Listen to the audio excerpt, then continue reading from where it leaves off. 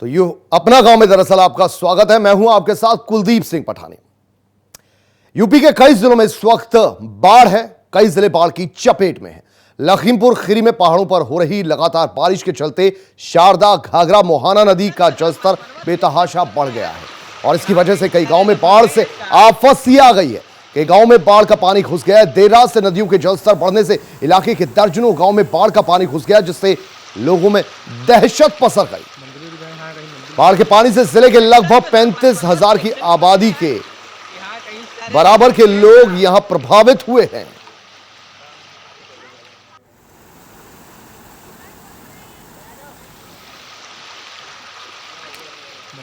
लखीमपुर खीरी की ये तस्वीरें। अब गांव देहात में रिहायशी इलाकों में भी अच्छा खासा पानी अंदर घुस आया है। लगातार बारिश जो है वो थमने का नाम नहीं ले रही है और ऊपर जो पहाड़ों पर बारिश हो रही है उसके बाद सारी नदियां अब लगभग उफान पर आ चुकी हैं और यही वजह है कि तराई के इलाकों में अब जबरदस्त तरीके से पानी अंदर घुसता चला आ रहा है। और इन तस्वीरों के जरिए आप समझ सकते हैं जितने भी तराई के इलाके हैं नेपाल की सीमा से सटे हुए हैं और तमाम जो नदियां छोटी मोटी जो कम पानी के साथ बहती हैं, गर्मियों के मौसम में, बरसात के दिनों में लबालब भर गई हैं और उन्हीं नदियों से अब पानी जो है रिहायशी इलाकों में दाखिल होता जा रहा है। करीब 35 के आसपास 35,000 के आसपास लोग जो हैं, जो आबादी जो है वो इससे अच्छी खासी प्रभावित हुई है सिर्फ लखीमपुर खीरी जिले में। और यही वजह है कि यहां से लोगों को पलायन करने को भी मजबूर होना पड़ रहा है। गोपाल गिरी हमारे संवाददाता और ज्यादा बारीकी से वो बताएंगे इस वक्त मौजूदा स्थिति क्या है। गोपाल गिरी, ये बताइए कि तस्वीरों में जो हम देख पा रहे हैं, क्या नदी भी कोई आसपास सटी हुई है और कितनी ज्यादा आबादी से प्रभावित हुई है? देखिए, आपको बता दें कि लखीमपुर खीरी पहले से भी नदियों का जिला कहा जाता है। तराई में शारदा, मोहाना, घाघरा, सोना नदियों का जलस्तर हर साल तबाही मचाता है और इस समय लगातार पहाड़ों पर हो रही बारिश और नेपाल के बैराज से छोड़े जा रहे पानी के चलते शारदा और घाघरा ने जो है तराई क्षेत्र में कहर मचा रखा है। तिकोनिया इलाके की अगर बात तस्वीर देख रहे हैं, तिकोनिया और शारदा इलाके की हैं, जहाँ घाघरा और शारदा के जलस्तर में जो है अपना जो स्पीड बढ़ाई है और गाँव में पानी घुस गया है। किस तरह लोग जनजीवन अस्त व्यस्त है। कुछ गाँवों की अगर बात की जाए तो उनका संपर्क मार्ग भी टूटा हुआ है और जनजीवन तो अस्त हो ही रहा है। गोपाल, ये भी हमें समझाने की कोशिश कीजिए। लगातार दावे किए जाते हैं कि बहुत सी व्यवस्थाओं को अंजाम दिया जा रहा है। पिछले सालों के मुकाबले इस बार जो ये बाढ़ के हाल बने हुए हैं, ये पहले से ज्यादा या उससे कम? देखिए, बाढ़ की एक अपनी जो है तबाही होती है, इसका मापदंड सुनिश्चित कर पाना बड़ा मुश्किल होता है कि ज्यादा की कम। लेकिन जिस तरीके से तस्वीरें हैं, ये इस समय जो आज के हालात हैं ये बताने के लिए काफी है कि जो आज पिछले 24 घंटे से जो जलस्तर अचानक बढ़ा है और जो है लगभग 2 से ढाई दर्जन गाँव में पानी ने रातों रात एकदम प्रवेश किया है। तो अचानक जो आदमी पहले से तैयारी में नहीं था और अचानक गाँव में इस तरीके से पानी आ जाना तो दिक्कत तो हुई। और बात की जाए प्रशासनिक दावों की तो हर साल करोड़ों रुपए के प्रोजेक्ट और बजट की बात की जाती है और उसके बाद नतीजा वही रहता है। बड़े ही शासन प्रशासन बदलता रहा हो, सरकारें बदलती रही हूँ, लेकिन भारतीय तो जो हालात हैं उनमें कोई सुधार होता नजर नहीं आ रहा है। हर साल जलस्तर बढ़ता है, कटान होता है, 1-2 महीने हाथ से हवा मचता है और उसके बाद हालात देश के तक रहते हैं। इस तरीके से देखा जाए तो प्रशासन के दावों की एक अपनी कहानी है, लेकिन जमीनी स्तर पर जो परेशान होती है जब लोग दिखे जा रहे हैं तो क्या कहा जा सकता है। लेकिन गोपाल, आपसे यह भी समझना चाहेंगे, भले ही यहाँ व्यवस्थाओं को उतने तरीके से अंजाम नहीं दिया गया है, लेकिन क्या ये जो बाढ़ का पानी रिहायशी इलाकों में दाखिल हो रहा है उससे पहले क्या अलर्ट कर रहा है प्रशासन गांव वालों को वक्त रहते? इलाके हैं जो प्रशासन पहले से कहता चला आ रहा है, 150-200 गांव जो हैं हर वर्ष जो है बाढ़ से प्रभावित होते हैं, कटान होता है, उसके बाद फिर वो अपनी यथास्थिति में पहुंचते हैं। तो ये वो इलाका है जहां पर शारदा और घाघरा का हर साल तांडव होता है। कुछ गांव ऐसे हैं जहां ओवरफ्लो जो नदी होती है, कटान बंधे टूटते हैं तो गाँव की फसलें जमींदोज हो जाती हैं। लेकिन उसके बावजूद भी जो टाइमिंग चल रही है, मानसून सत्र चल रहा है, तो नदी के किनारे के जो गाँव हैं पहले से अलर्ट पे रहते हैं। एनडीआरएफ की टीम है या स्वास्थ्य विभाग की टीमों की जो दावे करता है प्रशासन, वो अपनी तैयारी में रहते हैं। लेकिन जिस तरीके से रात में अचानक जलस्तर बढ़ा है और गांव में पानी घुस आया है तो अलर्ट पे तो ऑलरेडी ये गांव के लोग जो हैं इनकी जिंदगी वहां व्यतीत हुई जा रही है, पीढ़ियां गुजर गई हैं, तो उनको पहले से पता होता है कि जो ये टाइम टाइमिंग है, ये जो है हालात त्रासदी का समय होता है। लेकिन कहीं ना कहीं से प्रशासन अलर्ट की बात तो करता है, लेकिन अचानक जिस तरीके से जलस्तर बढ़ा है तो तुरंत जो है प्रशासन की तरफ से कोई एहतियात नहीं देखा गया है। लेकिन हालांकि प्रशासन जो है बाढ़ से निपटने के लिए अपने पूरे दावों का दम भर रहा है। गोपालगिरी, बहुत बहुत शुक्रिया आपका इस पूरी जानकारी के लिए।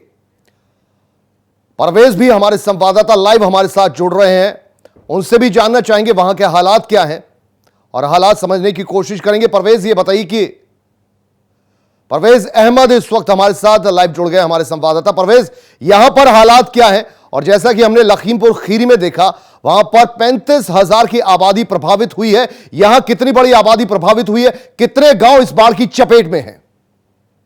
जी कुलदीप, मैं आपको बता दूं कि सिद्धार्थनगर जिले में बाढ़ हर साल तबाही मचाती है। जो तबाही का आलम होती यहाँ तक होता है कि यह नेपाल से आने वाला पानी ही यहाँ पूरे पूर्वांचल में बाढ़ की तबाही का नई इबार पीटता है। सबसे बड़ी बात जो बात है, मैं आपको बता दूं कि आबादी की बात, यहाँ तो लगभग यहाँ की आबादी 20 से 25 लाख की आबादी मानी जाती है जिले में, लेकिन यहाँ से आधी से ज्यादा आबादी हर साल बाढ़ की चपेट में आती है, जिसका सैकड़ों बीघे फसल हर साल बाढ़ से तबाह होते हैं, बर्बाद होते हैं। कईयों का ज्यादा उजड़ जाता है, कई गांव बाढ़ की वजह से तबाह और बर्बाद हो जाते हैं।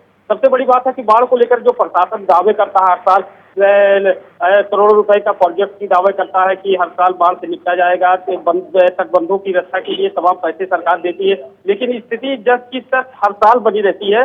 यहाँ तक कि बाढ़ बाढ़ की स्थिति है, अभी फिलहाल जिले में सारी नदियां उफान पे, लेकिन खतरे के निशान से थोड़ी बहुत नीचे बताई जा रही है। लेकिन अभी जो बरसात जिस तरह से हो रही है, काफी जिले में काफी भयावह बाढ़ आने की उम्मीद है, और इससे लोग यहाँ से बाढ़ को लेकर काफी सहमे और डरे हुए हैं। बहुत शुक्रिया परवेज इस पूरी जानकारी के लिए आपका। आगे बढ़ेंगे, सीतापुर से बड़ी खबर आ रही है। 6 साल की बच्ची से दुष्कर्म की सनसनीखेज वारदात को अंजाम दिया गया। गांव के ही 2 नाबालिग बच्चों ने इस वारदात को अंजाम दिया। ताज्जुब की यह बात, पुलिस ने दबाव में कराया सुलह। शिकायत करने पर जेल भेजने की धमकी भी दी गई पीड़ित परिवार को। पीड़ित परिवार बच्ची को लेकर अब पहुंचा एसपी ऑफिस।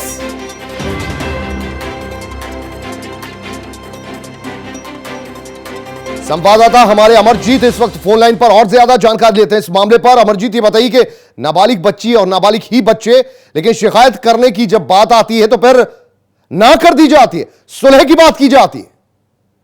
कुलदीप, जिस तरीके से ये घटना हुई है रेप की, वो अपने आप में ही एक बहुत जघन्य अपराध है, लेकिन उस जघन्य अपराध पे अगर पुलिस पर्दा डालती है तो ऐसे में ये अपराध और बड़ा हो जाता है। थाने पर पीड़ित को न्याय नहीं मिलता है, वहां पे उस पर सुलह का दबाव बना जाता है, लेकिन पुलिसकर्मी ये नहीं सोचते हैं कि जिसकी 6 साल की बच्ची रोती बिलखती खून से लथपथ उसकी गोद में पड़ी हो, वो भला व्यक्ति कैसे सुलह कर लेगा।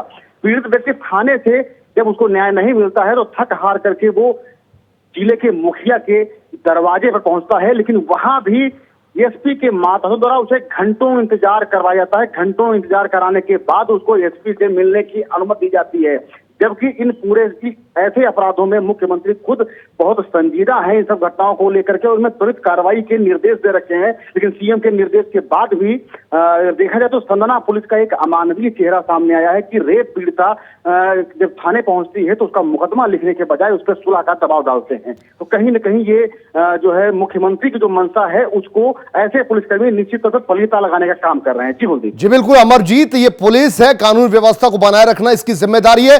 ये ग्राम सभा नहीं है, ये पंचायत नहीं जो सुलह कराने पहुंच गई। हाथों हाथ इन पर भी कार्रवाई होनी चाहिए। बिल्कुल, निश्चित तौर पे जिस तरीके की ये घटना हुई है, घटना के बाद जो पुलिस की कार्रवाई रही है, पुलिस के मुखिया को चाहिए कि इसमें पीड़ित को तो न्याय मिले ही, साथ ही जो पुलिसकर्मी जो है इस पूरे जो है घटनाक्रम में लापरवाही बरतते रहे हैं उन पर भी कार्रवाई हो, उनको भी इस पूरे कृत्य की सजा मिलनी चाहिए। क्योंकि इस तरीके के अपराध को दबा के सुलह कराने का मकसद कहीं न कहीं ये होता है कि आरोपी को इस तरीके की दोबारा घटना की प्रोत्साहन करने के लिए उनका मनोबल कहीं न कहीं बढ़ता है। तो निश्चित तौर पर जो चीजें जो घटनाक्रम रहा है जिसमें जो कार्रवाई नहीं हुई है, ऐसे में पुलिस कर्मियों को भी जो है जांच होनी चाहिए और उन पर कार्रवाई निश्चित तौर पर होनी चाहिए। बहुत शुक्रिया अमरजीत इस पूरी जानकारी के लिए आपका। बुलंदशहर के मऊखेड़ा गांव में R9 टीवी की खबर का असर हुआ है। दरअसल गांव की संपत्ति पर दबंगों ने कब्जा कर लिया था। R9 टीवी ने फिर इस खबर को दिखाया, बार बार दिखाया, जिसके बाद बुलंदशहर प्रशासन ने पूरे मामले का संज्ञान लेते हुए आनन फानन में कार्रवाई की। अब जेसीबी लगाकर पूरे पोखरे की खुदाई की जा रही है और अवैध कब्जे को हटाया जा रहा है। इस पर R9 टीवी के संवाददाता ने जायजा लिया।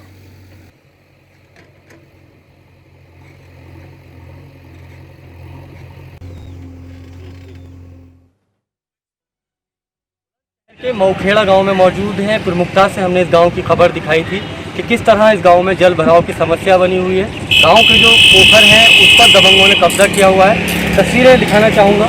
हमारी प्रमुखता से खबर दिखाने के बाद प्रशासन ने आनन फानन एक्शन लिया है और सालों से जिस जगह पर दबंगों का कब्जा था उस जगह को खाली कराया जा रहा है। जेसीबी मशीन सुबह से यहाँ कार्य कर रही है। ये पूरी पोखर है, तस्वीरें देख सकते हैं। इसी पोखर में पानी गांव का निकलता था, लेकिन कुछ दबंगों ने इस पोखर पर कब्जा किया हुआ था। R9 टीवी ने प्रमुखता से खबर दिखाई, जिसके बाद में प्रशासन बुलंदशहर का हरकत में आया और जेसीबी यहाँ पर लगी हुई है, काम यहाँ पर चल रहा है। प्रधान जी साथ है, बात करेंगे। क्या नाम है प्रधान जी? नाम मेरा मदन। कब से थी ये समस्या? कम से कम हो गई 10-15 साल। अब क्या कहेंगे?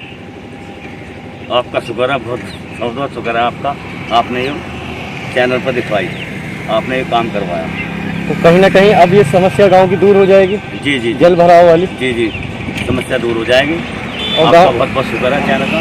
और भी लोग साथ हैं। क्या नाम है? मेरा नाम लालचंद सिंह है। फिर गांव की समस्या अब तो जल भराव की नहीं होगी? नहीं, अब तो नहीं होनी चाहिए। बस आपके चैनल के हम आभारी हैं कि आपके चैनल के माध्यम से अधिकारियों के संज्ञान में चीज आई और इसका निवारण हो पाया। हम आपसे एक से तो कहीं ना कहीं गांव के सभी लोगों का कहना है कि R9 टीवी ने प्रमुखता से खबर चलाई थी, जिसके बाद प्रशासन ने इस पूरे प्रकरण को संज्ञान में लिया और संज्ञान में लेते हुए यहाँ पर कार्रवाई भी प्रशासन द्वारा की गई है।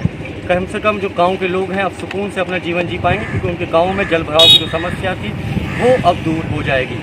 बुलंदशहर के मऊखेड़ा गांव से कैमरामैन जीशान के साथ समीर अली, R9 टीवी, उत्तर प्रदेश।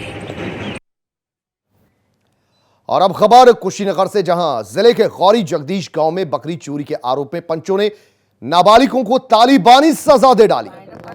पंचों ने भरी पंचायत में नाबालिगों से कान पकड़कर उठक बैठक लगाई और साथ ही नाबालिगों की डंडे और हाथ से जमकर पिटाई भी कर डाली।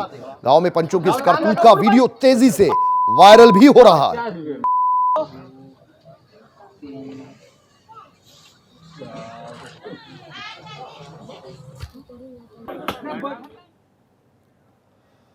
और इसी बीच कानपुर से बड़ी खबर आ रही है। संजीत के शव के लिए पांडू नदी में चल रहा है सर्च अभियान। पुलिस लगातार चला रही है सर्च अभियान। कई दिनों से शव की हो रही तलाश। आरोपियों को दोबारा पांडू नदी ले जाकर की गई तस्दीक। शव न मिलने से परिजन और पुलिस दोनों खासे परेशान हैं। परिजनों की डिमांड है कि कम से कम जिंदा नहीं तो उसका शव ही लौटा दिया जाए। वहीं पुलिस पर पूरा दबाव है। कई दिनों से इस पांडू नदी में शव की तलाश की जा रही है। आरोपियों ने जो निशानदेही की है उस पर भी तस्दीक की जा रही है, लेकिन आज तक या यूं कहें कि अभी तक हाथ पुलिस के कुछ नहीं लगा है। अभी भी खाली हाथ ही है पुलिस।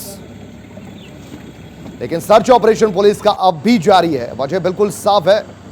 जिस तरीके से मामला सुर्खियों में रहा और जो बड़ी लापरवाही पुलिस की सामने आई, उसके बाद पुलिस की नीरज अवस्थी इस वक्त हमारे साथ, हमारे संवाददाता और ज्यादा जानकारी। नीरज, ये बताइए कि लगातार सर्च ऑपरेशन जारी है। पुलिस के हाथ पहले जिस तरीके से खाली थे अब भी उसी तरीके से खाली हैं। जी बिल्कुल, लगातार जब से घटना का अनावरण हुआ था लगातार पुलिस की टीमें लगातार दिन में और शाम देर रात तक प्रयास कर रही हैं नदी में कई किलोमीटर तक, लेकिन कुछ भी पुलिस के हाथ अभी तक नहीं लगा हुआ है। उसके बाद अभी कल पुलिस कस्टडी रिमांड पर जो अभियुक्त थे वो दोबारा लाए गए थे और वहीं पे ले जाए गए थे जहां पे उन्होंने बताया था पहले कि शव को फेंका था। वहां उनके बताए जाने के बाद भी कल से लगातार अभियान चल रहा है, लेकिन अभी भी कोई जानकारी नहीं मिल पा रही है और इसके चलते जो परिजन है उनका रो रो के बुरा हाल है और वो काफी परेशान है, क्योंकि वो लगातार पुलिस पर लापरवाही का आरोप लगा रहे थे और उनकी एक ही मांग, सबसे पहली मांग ये बता रहे हैं कि उनको संजीत का शव दिखाया जाए, संजीत का शव बरामद किया जाए। जी। और नीरज, जिस वक्त कत्ल करके इन आरोपियों ने जहां शव फेंका था वहां पर पुलिस ने तस्दीक जरूर की होगी। पुलिस का क्या मानना है, क्योंकि नदियां लबालब भरी पड़ी हैं, क्या शव तैर कर कहीं आगे निकल गया? जी बिल्कुल, पुलिस का कहना है कि लगातार जो बारिश का मौसम बना हुआ है और जल स्तर जो है बढ़ा हुआ है, उसके चलते उनको कठिनाई का सामना करना पड़ रहा है, क्योंकि पांडू नदी है वो आमतौर पे उसमें इतना पानी नहीं रहता, क्योंकि बरसात का समय चल रहा है, इसलिए बारिश में के दौरान जल स्तर जो है बढ़ा हुआ है। इसलिए काफी दिन घटना के बीच जाने के बाद चूंकि मामले का खुलासा हो पाया, तो ऐसे में पुलिस आशंका व्यक्त कर रही है। बहुत शुक्रिया नीरज अवस्थी इस पूरी जानकारी के लिए आपका। आगे बढ़ेंगे। विकासनगर में लगातार हो रही बरसात के कारण कालसी चक्राता मुख्य मोटर मार्ग जो है भूस्खलन होने के कारण एक बार फिर से बंद हो गया। कई जगहों पर भूस्खलन की वजह से भारी मलबा सड़क पर देखा जा सकता है। सड़क पर भारी मात्रा में मलबा आने के चलते दरअसल देर रात से सुबह तक सैकड़ों की वाहनों की कतार भी यहां लग गई। हालांकि लोक निर्माण विभाग की हाइड्रोलिक मशीनों के जरिए मोटर मार्ग को खोलने की मशक्कत लगातार की जा रही है, लेकिन मौसम को देखते हुए रोड खुलने के आसार अभी कम ही नजर आ रहे हैं, क्योंकि लगातार पहाड़ी जो दरक रही हैं और पत्थर गिरने से, बोल्डर गिरने से सड़क का मलबा बढ़ता जा रहा है। वहीं एक बार फिर से सड़कें बंद होने से किसानों को सबसे ज्यादा परेशानी झेलनी पड़ रही है, जिनकी नकदी फसलें सड़क पर फंस गई हैं। कई सालों से जजरेट पर करोड़ों खर्च करने के बावजूद भी इसका कोई स्थायी समाधान अभी तक नहीं निकल पाया है। जजरेट की समस्या जौनसार बाबर के लोगों के लिए नासूर बनी हुई है।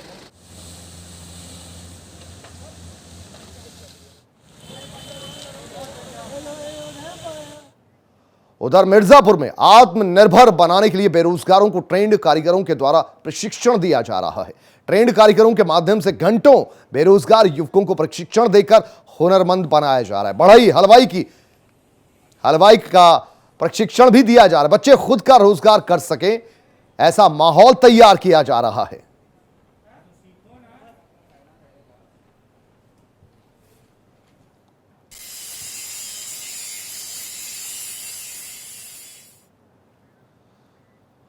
उधर एटा में धारदार हथियार से गला काटकर युवक की हत्या कर दी गई और हत्या के बाद युवक का शव खेतों में फेंक दिया गया।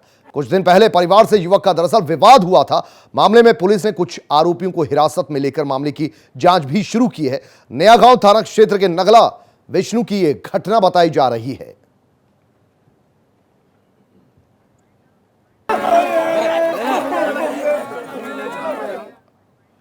और इसी के साथ अपना गांव में अभी फिलहाल के लिए इतना ही। आप बने रहिए R9 टीवी के साथ, सिर्फ खबर के लिए।